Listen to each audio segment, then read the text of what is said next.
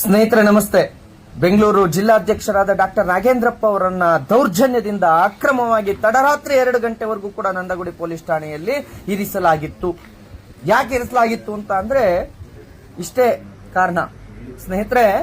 ಅಕ್ರಮವಾಗಿ ಬಾಂಗ್ಲಾ ವಲಸಿಗರು ಕರ್ನಾಟಕದಲ್ಲಿ ನೆಲೆಸೋದಕ್ಕೆ ಬೇಕಾಗಿರ್ತಕ್ಕಂಥ ಸುರಕ್ಷಿತವಾದ ವಾತಾವರಣವನ್ನು ಕರ್ನಾಟಕ ಕಾಂಗ್ರೆಸ್ ಸರ್ಕಾರ ಮಾಡಿಕೊಡ್ತಾ ಇದೆ ಮತ್ತು ಸ್ಥಳೀಯ ಅಧಿಕಾರಿಗಳು ಪೊಲೀಸ್ ಇಲಾಖೆ ಇದ್ರ ಜೊತೆ ಶಾಮೀಲಾಗಿ ಅವರಿಂದ ಹೆಂಜಲ ಕಾಸಿಗೆ ಕೈ ಹೊಡ್ಡಿ ಅಕ್ರಮ ಬಾಂಗ್ಲಾ ವಲಸಿಗರು ದೇಶದ್ರೋಹ. ಇದು ಸ್ನೇಹಿತರೆ ದೇಶದ್ರೋಹ. ಅಕ್ರಮ ಬಾಂಗ್ಲಾ ವಲಸಿಗರು ಇಲ್ಲಿ ನೆಲೆಸಲಿಕ್ಕೆ ಹಣ ತೆಗೆದುಕೊಂಡು ಅವರನ್ನ ಬಿಟ್ಟಿದ್ದೀರಿ ಅಂತ ಅಂದ್ರೆ ಇದು ದೇಶದ್ರೋಹ. ಅಂತದ್ದೇ ಒಂದು ಘಟನೆಯನ್ನ ಬೆಳಕಿಗೆ ತಂದಿದ್ದು ಡಾಕ್ಟರ್ ನಾಗೇಂದ್ರಪ್ಪ ಅವರು ಬೆಳಕಿಗೆ ತಂದ್ರು ಅನ್ನೋ ಕಾರಣಕ್ಕೆ ಅವರನ್ನ ದೌರ್ಜನ್ಯವಾಗಿ ನಂದಗುಡಿ ಪೊಲೀಸ್ ಠಾಣೆಯಲ್ಲಿ ಇರಿಸಿಕೊಳ್ಳಲಾಗಿತ್ತು. ನಂತರ ಇಡೀ ರಾಷ್ಟ್ರ ರಕ್ಷಣಾ ಪಡೆ ತಂಡ ಠಾಣೆಗೆ ಹೋಗಿ ಅವರನ್ನ ಸುರಕ್ಷಿತವಾಗಿ ಕರ್ಕೊಬಂದು ಅವರನ್ನ ಮನೆಗೆ ತಲುಪಿಸುವಂತ ಕೆಲಸ ಮಾಡಿತು. ಹಾಗಾದ್ರೆ ಡಾಕ್ಟರ್ ನಾಗೇಂದ್ರಪ್ಪ ಅವ್ರು ಮಾಡಿದ್ದೇನು ಗೊತ್ತಾ ನೋಡಿ. बांग्लादेश इधर आके कितना दिन हो गया? 1 महीना। क्यों आया बांग्लादेश से इधर? काम करने के लिए। कौन बुलाया तुमको?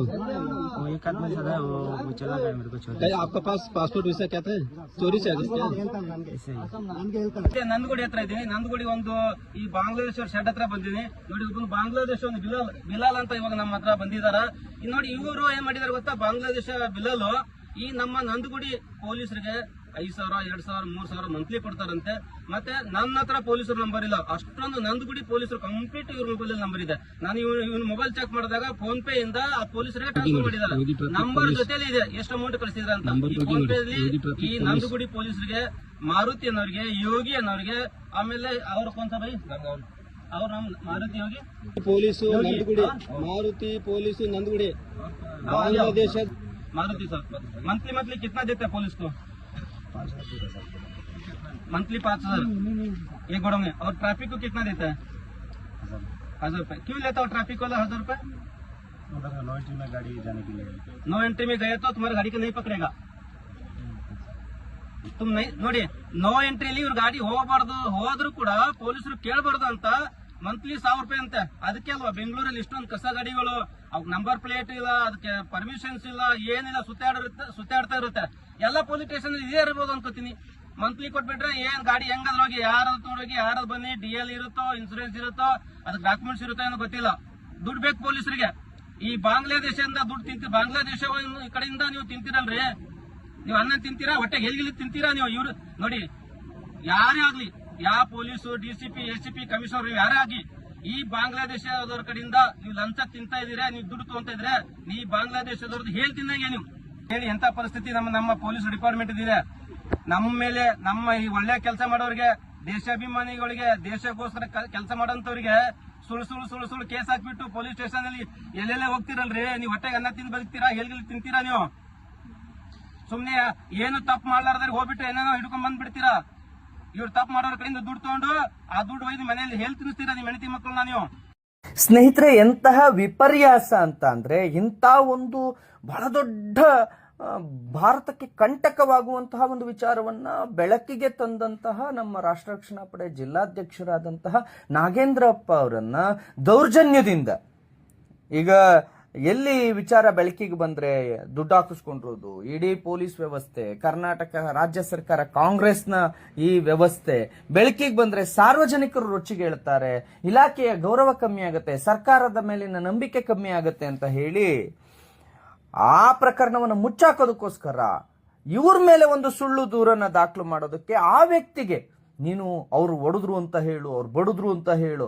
ನೋಡಿ, ನಮ್ಮವರು ಬ್ರದರ್ ಅಂತ ಮಾತಾಡಿಸ್ತಾರಲ್ಲ, ಹೋದಾಗ ಮಾನವೀಯತೆಯಿಂದ ಮಾತಾಡಿಸ್ತಾರೆ. ಆದ್ರೆ ಇವರು ಪೊಲೀಸ್ನವರು ಅವರ ರಕ್ಷಣೆ ಮಾಡೋದಕ್ಕೋಸ್ಕರ ವಾಸ್ತವವಾಗಿ ಪೊಲೀಸರನ್ನ ತಮ್ಮಂತಾವ್ ರಕ್ಷಣೆ ಮಾಡ್ಕೊಳ್ಳೋದಕ್ಕೆ. ಯಾಕೆಂತಂದ್ರೆ ಇಲ್ಲಿ ಹಣ ಹಾಕಿಸ್ಕೊಂಡಿರೋದು, ಭ್ರಷ್ಟಾಚಾರ ಮಾಡ್ತಾ ಇರೋದು, ಆ ಅಕ್ರಮ ವಲಸಿಗರ ಹಣದಲ್ಲಿ ಬದುಕ್ತಿರ್ತಕ್ಕಂಥ ಇಲಾಖೆ ಮತ್ತು ಸರ್ಕಾರಕ್ಕೆ ಅವರ ಈ ಕಾಂಗ್ರೆಸ್ಗೆ ಅವರ ವೋಟ್ ಬೇಕು, ಪೊಲೀಸ್ನವ್ರಿಗೆ ಅವರ ಹಣ ಬೇಕು. ಇಲ್ಲಿ ಕನ್ನಡಿಗರು, ಭಾರತೀಯರು ನರಕದಲ್ಲಿ ಬದುಕುವ ವಾತಾವರಣ ಸೃಷ್ಟಿ ಆಗ್ತಾ ಇದೆ ಇವರ ಈ ಒಂದು ಹೇಸಿಗೆ ತಿನ್ನುವ ಕೆಲಸದಿಂದ.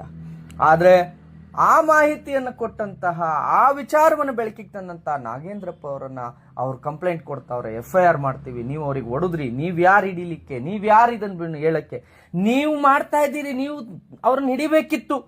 ದೊಡ್ಡದಾಗಿ ಕಮಿಷನರ್ಗಳು ಹೇಳ್ತಾರೆ ಮಾಹಿತಿ ಕೊಡಿ ನಾವು ಹಿಡಿತೀವಿ, ಮಾಹಿತಿ ಕೊಡಿ ನಾವು ಹಿಡಿತೀವಿ. ಮಾಹಿತಿ ನಾವೇನ್ರಿ ಕೊಡೋದು? ನಿಮ್ಮ ಪೊಲೀಸ್ನವ್ರಿಗೆ ಇವ್ರು ಗೊತ್ತಿತ್ತು, ಇವ್ರ ಹತ್ರ ಹಣ ತಗೊಂಡು ಹೆಂಜಲ ಕಾಸು ತಿಂದು ಅವರನ್ನ ಅಲ್ಲಿ ಸುರಕ್ಷಿತವಾಗಿರ್ಲಿಕ್ಕೆ ಬಿಟ್ಟಿದ್ದಾರೆ. ಈಗ ಮಾತಾಡಿ, ಯಾರ್ಯಾರು ಕಮಿಷನರ್ಗಳು ಮಾತಾಡ್ತೀರಿ, ಯಾರ್ಯಾರು SP ಗಳು ಮಾತಾಡ್ತೀರಿ, ಯಾರ್ಯಾರು ಗೃಹ ಮಂತ್ರಿಗಳು ಮಾತಾಡ್ತೀರಿ, ಈ ವಿಚಾರದ ಬಗ್ಗೆ ಮಾತಾಡಿ. ನಾನು ಮತ್ತೆ ಹೇಳ್ತಾ ಇದ್ದೀನಿ, ನೀವು ನಮ್ಮ ಕಾರ್ಯಕರ್ತರ ಮೇಲೆ ಕೇಸ್ ಹಾಕಿದ್ರೆ ಇಡೀ ಹಿಂದೂ ಕಾರ್ಯಕರ್ತರು ಸುಮ್ಮನಿರೋದಿಲ್ಲ.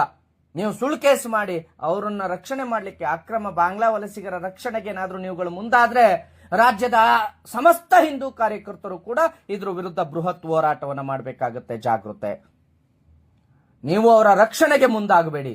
ಭಾರತದ ಭದ್ರತೆಯ ವಿಚಾರ ಇದು, ಆಂತರಿಕ ವಿಚಾರ.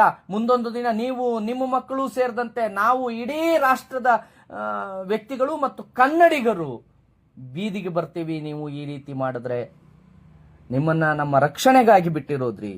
ಈ ರೀತಿ ನಾಡು ನುಡಿಯನ್ನ ಯಾರು ವಲಸಿಗರಿಗೆ ಹಣಕ್ಕೆ ಮಾರ್ಕೊಳ್ಳಿ ಅಂತ ಅಲ್ಲ, ನಮ್ಮ ದೇಶವನ್ನ, ನಮ್ಮ ರಾಜ್ಯವನ್ನ ಹಣಕ್ಕೆ ಮಾರ್ಕೊಳ್ತಿದ್ದೀರಲ್ರಿ. ನಾವು ಕೊಡ್ತೀವಿ ತಿಂಗಳ ನಿಮಗೆ, ರಾಜಕಾರಣಿಗಳಿಗೂ ಪೇಮೆಂಟ್ ಕೊಡ್ತೀವಿ, ನಿಮಗೂ ಪೇಮೆಂಟ್ ಕೊಡ್ತೀವಿ, ನಾವು ದುಡ್ದಿದ್ರಲ್ಲಿ ತೆರಿಗೆ ಕಟ್ಟಿ ನಿಮಗೆ ಹಣ ಕೊಡ್ತೀವಿ. ಆದ್ರೆ ನೀವು ಮಾಡ್ತಾ ಇರೋದು ಆ ಅಕ್ರಮ ಬಾಂಗ್ಲಾ ವಲಸಿಗರ ಹತ್ರ ಮತ್ತೆ ಆ ಹೆಂಜಲ ಕಾಸಿಗೆ ಆಸೆ ಪಟ್ಟು ಅವ್ರನ್ನ ಇಲ್ಲಿ ಇರ್ಲಿಕ್ಕೆ ಅವಕಾಶ ಮಾಡಿಕೊಡ್ತಾ ಇದ್ದೀರಿ ಅಂತ ಅಂದ್ರೆ ನಿಜಕ್ಕೂ ಇದು ಕ್ಷಮಿಸಲಾರದ ಅಪರಾಧ. ಮತ್ತು ನಮ್ಮ ಈ ಹೋರಾಟಕ್ಕೆ ನಿರಂತರವಾಗಿ ಬೆಂಬಲ ಕೊಟ್ಟು ಯಾರು ಎಷ್ಟೇ ಅಪಪ್ರಚಾರ ಮಾಡಿದ್ರು, ಯಾರು ಎಷ್ಟೇ ಏನೇ ಅಂದ್ರೂ ಕೂಡ ನಮ್ಮ ತಂಡದ ಜೊತೆ, ನಮ್ಮೆಲ್ಲರ ಜೊತೆ ನಿಂತಿರ್ತಕ್ಕಂಥ ಸಮಸ್ತ ಹಿಂದೂ ಕಾರ್ಯಕರ್ತರಿಗೆ, ಎಲ್ಲ ಕನ್ನಡಿಗರಿಗೆ ನಾವು ಹಣೆಹಚ್ಚಿ ನಮಸ್ಕಾರ ಮಾಡ್ತಾ, ನಿಮ್ಮ ಬೆಂಬಲ ಸದಾಕಾಲ ಇರಲಿ. ರಾಷ್ಟ್ರ ರಕ್ಷಣೆಗಾಗಿ ಮತ್ತು ನಾಡು ನುಡಿಯ ರಕ್ಷಣೆಗಾಗಿ, ಧರ್ಮದ ರಕ್ಷಣೆಗಾಗಿ ನಾವು ಸದಾಕಾಲ ಹೋರಾಟ ಮಾಡ್ತೇವೆ. ನಿಮ್ಮೆಲ್ಲರ ಬೆಂಬಲ ನಮ್ಮ ಜೊತೆಗಿರ್ಲಿ ಅಂತ ಕೇಳ್ಕೊಳ್ತಾ ಇದ್ದೀವಿ. ಜೈ ಹಿಂದ್, ಜೈ